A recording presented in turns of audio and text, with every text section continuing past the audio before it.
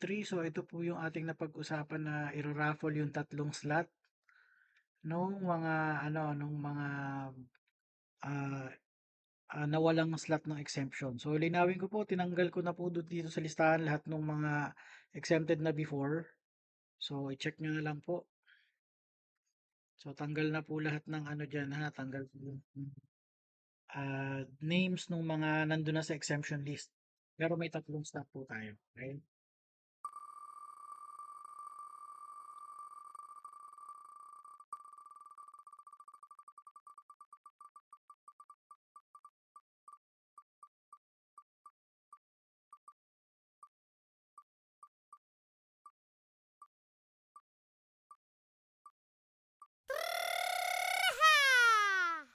Okay. Congrats po dun sa first name. So shuffle lang natin para wala issue.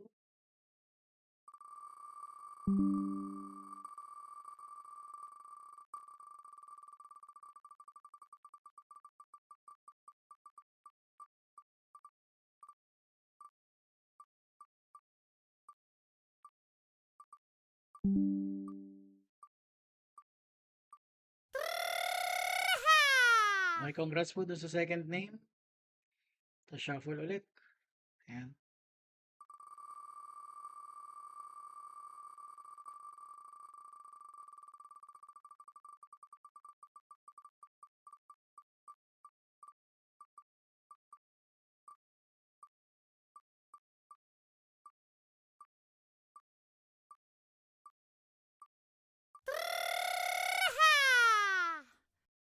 Okay po, so yun po yung tatlong pangalan natin na ipapalit po dun sa tatlong nabakanting slot. So hopefully po magpakita pa rin po lahat ng mga exempted next exam week natin. Parang hindi ko tanda yung schedule nyo kung Friday or Wednesday ha. So I hope to see you again this coming week. Sana po may pasok na. Thank you.